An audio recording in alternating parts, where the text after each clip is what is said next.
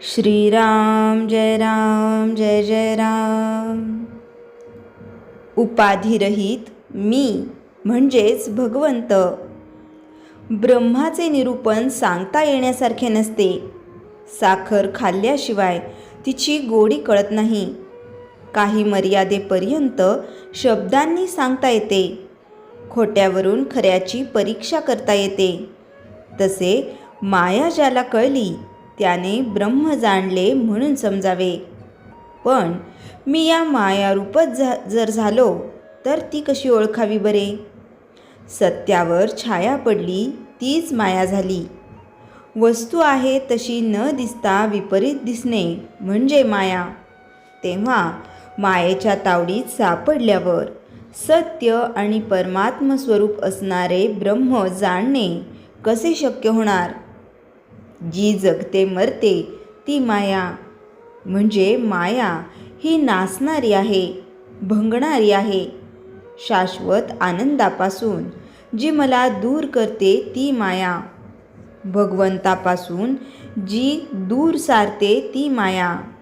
म्हणूनच ज्याने शाश्वत सुख मिळते, जे मायेच्या पकडीतून सुटण्याचे सामर्थ्य दाखविते, तेच खरे तत्वज्ञान होय। एक भगवंतच फक्त सत्यरूप आहे, ज्याच्यासाठी जे जे करणे ते ते सत्य होय।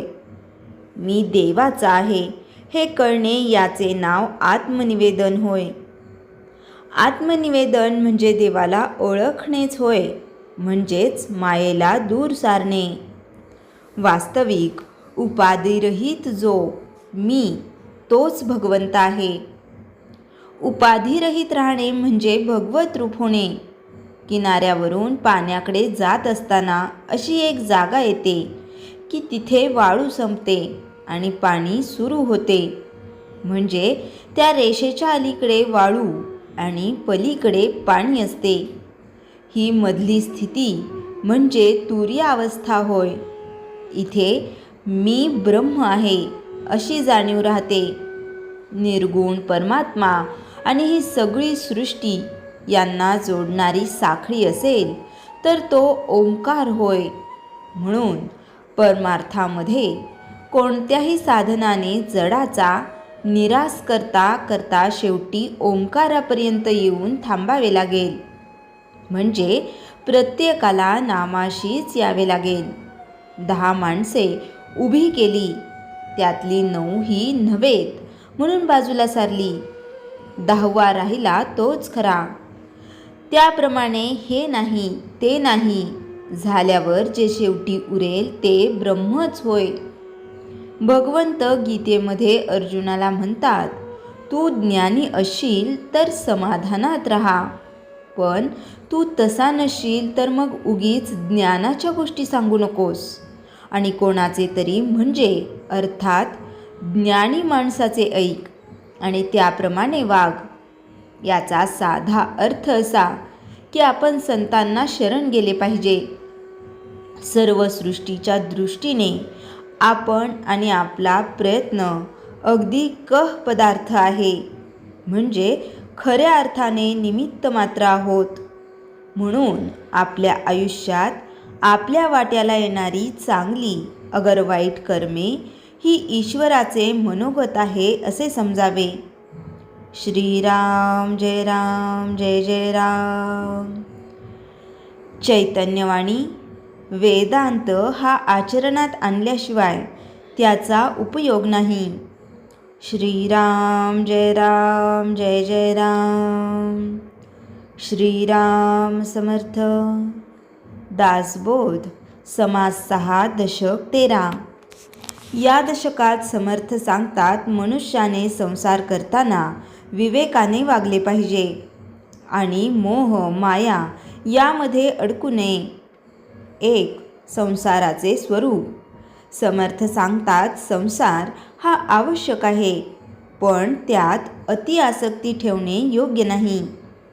संसार म्हणजे कुटुंब, धन, मान प्रतिष्ठा, व्यवहार या गोष्टी जीवनासाठी आवश्यक आहेत, पण या गोष्टींमध्ये मन पूर्णपणे गुंतले तर मनुष्य आपल्या खऱ्या उद्देशाला विसरतो. 2. मोह आणि आसक्ती. मोह म्हणजे वस्तूंवर किंवा व्यक्तींवर अतिप्रेम आणि अवलंबन.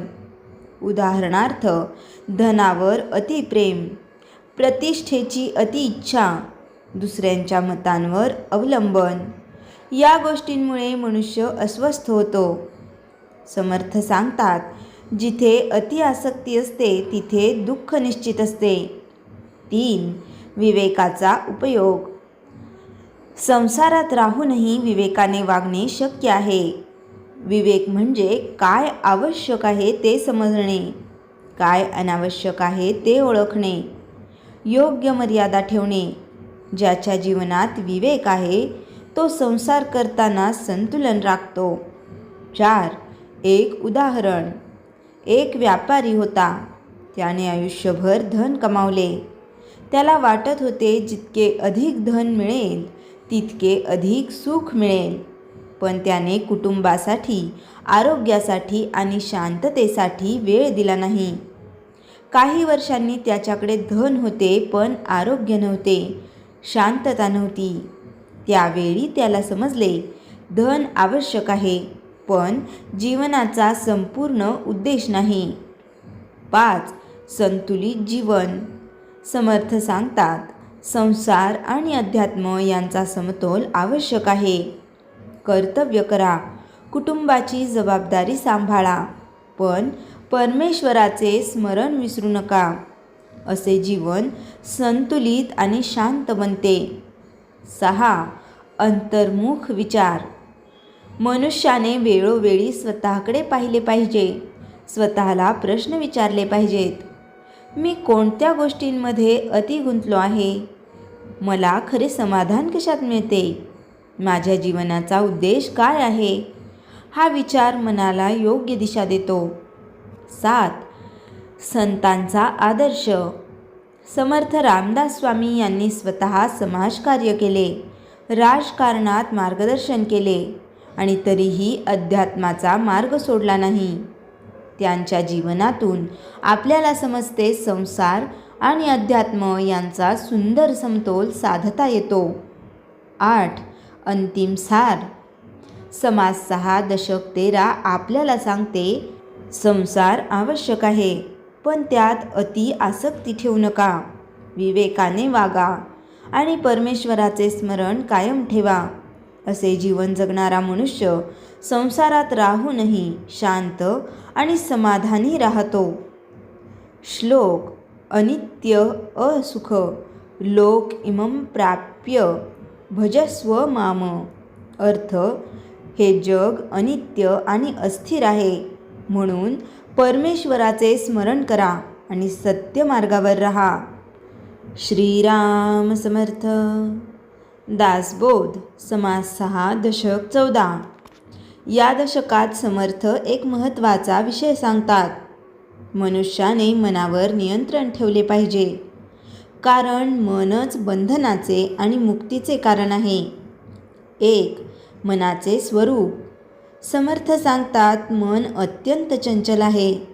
ते क्षणात एका विचारातून दुसऱ्या विचाराकडे जाते. कधी आनंद, कधी दुःख, कधी आशा, कधी भीती. मन सतत बदलत राहते.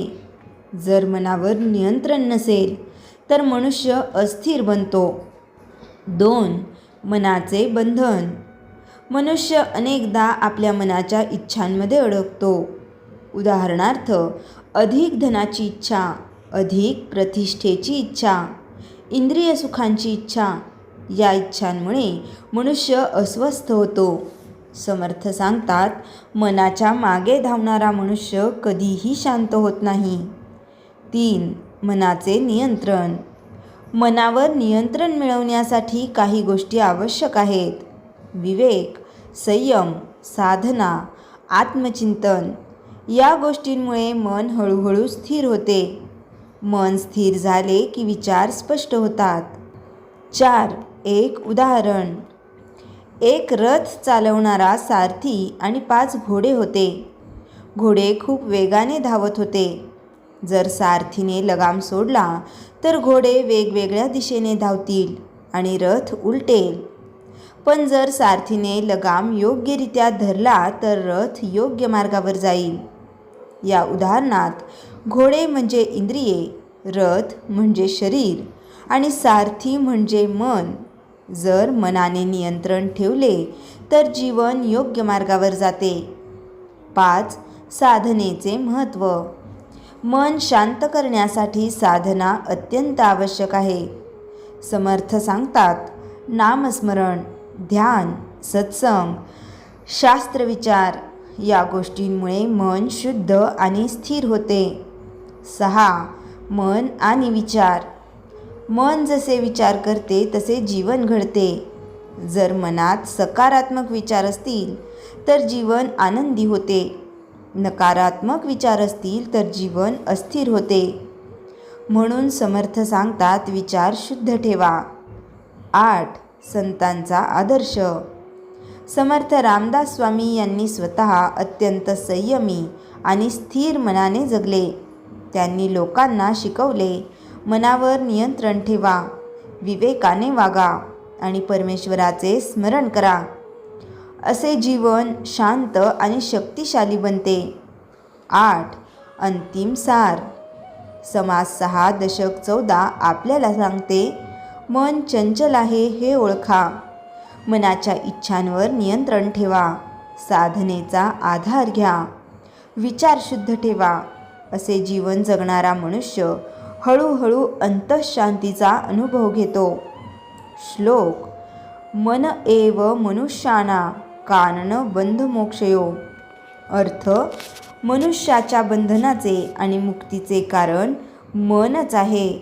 मन योग्य मार्गावर असेल तर मुक्ती आणि चुकीच्या मार्गावर असेल तर बंधन. श्रीराम समर्थ. श्रीराम जय राम जय जय राम. जयाच्या जनी जन्मनामार्थ झाला, जयाने सदा वासनामात केला. जयाच्या मुखी सर्वदा नाम कीर्ती, नमस्कार तया ब्रह्मचैतन्यमूर्ती. श्रीराम जय राम जय जय राम. जानकी जीवन स्मरण जय जय राम.